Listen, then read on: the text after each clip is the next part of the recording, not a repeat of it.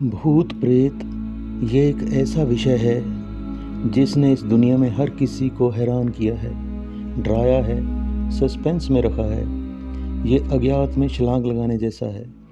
बच्चे इनके नाम से डरते हैं, अंधेरे में इनका खौफ वो लोग ज़्यादा खाते हैं जो इन पर विश्वास करते हैं। कुछ लोग होते हैं जो इन पर विश्वास नहीं करते, वो गिनती में कम होते हैं।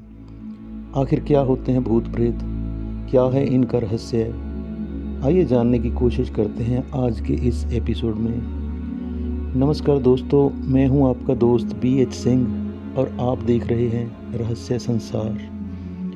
जब से मानव सभ्यता बनी है या मनुष्य ने जंगलों से निकलकर सामाजिक जीवन जीना शुरू किया, भूत प्रेत का इतिहास उतना ही पुराना है। ऐसा नहीं है कि ये एक दूसरे से सुनकर विश्वास किया जाता रहा हो, बल्कि दूर दूर के कबीले और सभ्यताएं जो एक दूसरे के संपर्क में कभी नहीं आए, उनके भी भूत प्रेत के विषय में तजुर्बे एक जैसे थे। इन्हें इंसान के शरीर और उसके जीवन से परे ऐसी शक्तियों के रूप में देखा जाता रहा जो साधारण मानव की पहुंच से परे है और सिर्फ इसी दुनिया से संबंधित ना होकर किसी दूसरी दुनिया से संबंधित माना जाता रहा है।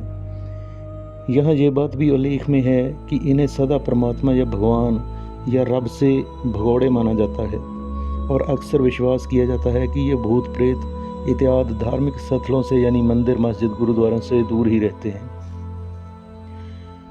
हालांकि ये बात ही सिद्ध नहीं है कि भूत प्रेत होते हैं या नहीं, मगर विश्वास करने वालों ने इन्हें आगे भी वर्गीकृत किया है, यानी कि भूत प्रेत अच्छे भी होते हैं और बुरे भी होते हैं, नए भी होते हैं और पुराने भी।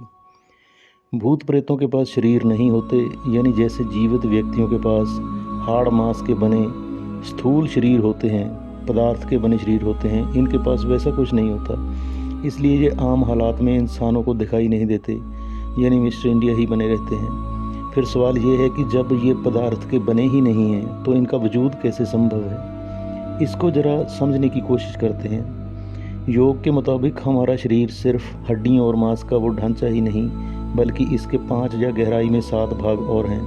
हमारा दिखाई पड़ने वाला मांस का शरीर या स्थूल शरीर सिर्फ एक हार्डवेयर है। इसको चलाने वाला दूसरे नंबर पर एक और शरीर है जो प्राण वायु से बना होता है और इसे सूक्ष्म शरीर कहते हैं। ये सूक्ष्म ना दिखाई देने वाला शरीर हमारे हाड़ मांस के शरीर के चारों ओर फैला होता है। इसे आबा या औरा भी कहते हैं। इससे भी आगे और सूक्ष्म शरीर हैं जिन्हें योग में कारण शरीर वगैरह कहा जाता है। आसान भाषा में समझना हो तो हम कमीज़ पहनते हैं तो कमीज़ किस चीज़ से बनी होती है? कपड़े से। आगे और गहराई में कपड़ा किस से बना है? धागों से। धागे किस से बने हैं? शुरू में कपास से।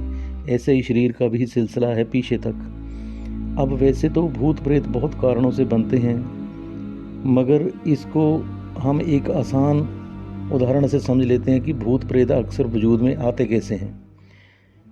मान लीजिए हमने बांस का एक ढांचा खड़ा करके एक मैदान में तंबू लगाया है। एक तेज़ तूफान या आंधी में तंबू का कपड़ा उड़ जाता है, क्योंकि वो तेज़ आंधी में खड़ा नहीं रह सकता। तंबू का कपड़ा उड़ गया। अब तंबू का वजूद बांस के ढांचे के रूप में खड़ा रह गया। वो तंबू किसी काम का नहीं, वो किसी को आश्रय नहीं दे सकता, मगर तेज़ से तेज़ तूफान भी उस बांस के ढांचे को गिरा नहीं सकता।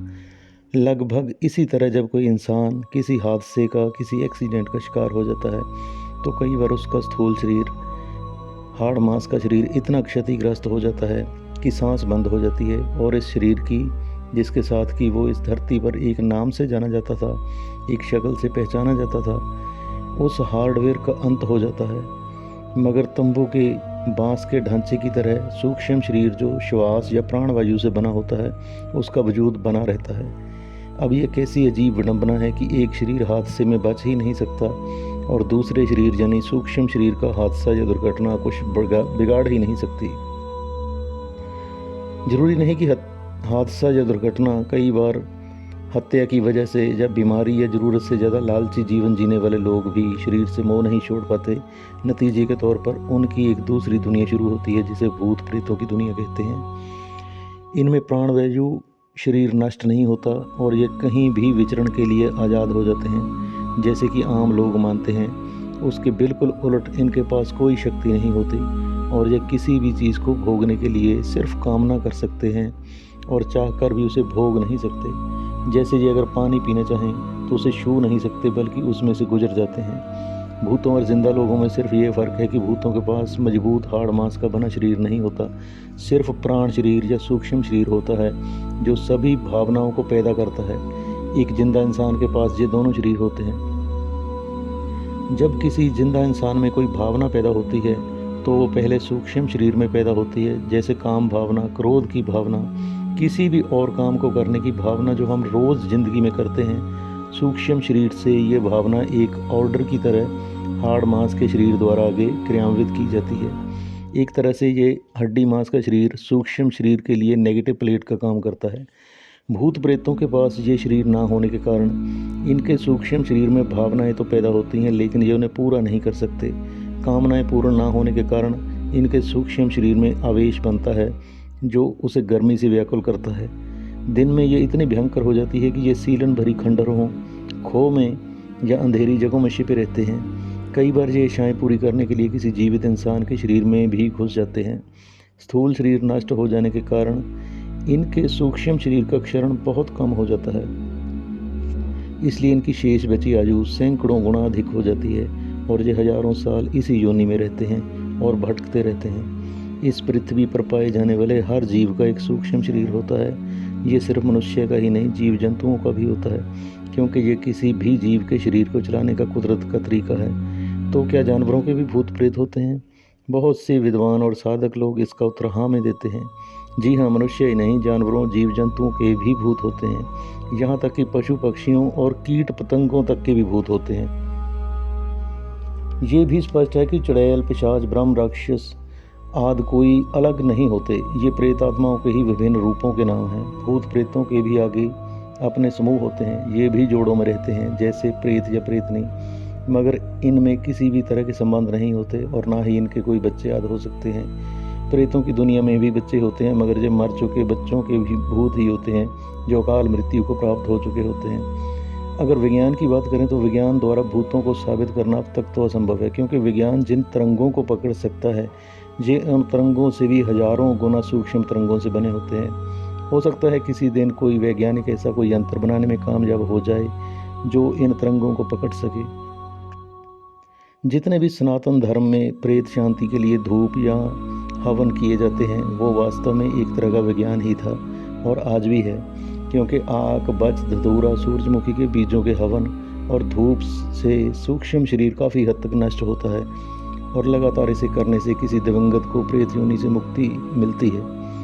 बहुत सी शंकाओं का निवारण करते हुए प्रेतों पर गहरी खोज करने वाले विद्वान और लेखक प्रेम कुमार शर्मा कहते हैं कि आग लगा देना या निशान दे देना या किसी जगह का तापमान कुछ हद तक बढ़ा देने में प्रेतों द्वारा संभव है, पर ये रोड़े पत्थर नहीं बरसा सकते या घरों में गंदी वस्तुएं नहीं फेंक सकते। अगर ऐसा होता है तो ये किसी शरारती अनसर का काम ही होता है। प्रेत लोग या प्रेत और कुछ नहीं, मर चुके आदमी का खराब हो चुका ढांचा है, जहाँ की हार्डवेयर यानी स्थूल शरीर खराब हो जाने के कारण बचा हुआ सॉफ्टवेयर होता है जो उसको चला रहा था, क्योंकि ये कुदरत का तरीका है। जहाँ तक आत्मा की बात है वो इस सॉफ्टवेयर या सूक्ष्म शरीर के भी कहीं भीतर है, जो स्वयं ब्रह्म का अंश है, जो सूक्ष्म शरीर से भी कहीं आगे की चीज़ है। जब मनुष्य अपने तमाम स्थूल, सूक्ष्म और कारण शरीरों को छोड़कर तपस्या में बहुत गहरा चला जाता है तो आत्मा ब्रह्म में मिल जाती है और वही मुक्ति है, मोक्ष है, निर्वाण है। ये सिर्फ जीवन में रहते ही किया जा सकता है, मरने के बाद नहीं, ऐसा दुनिया के तमाम धर्म कहते हैं। सो दोस्तों, ये था आज का वीडियो।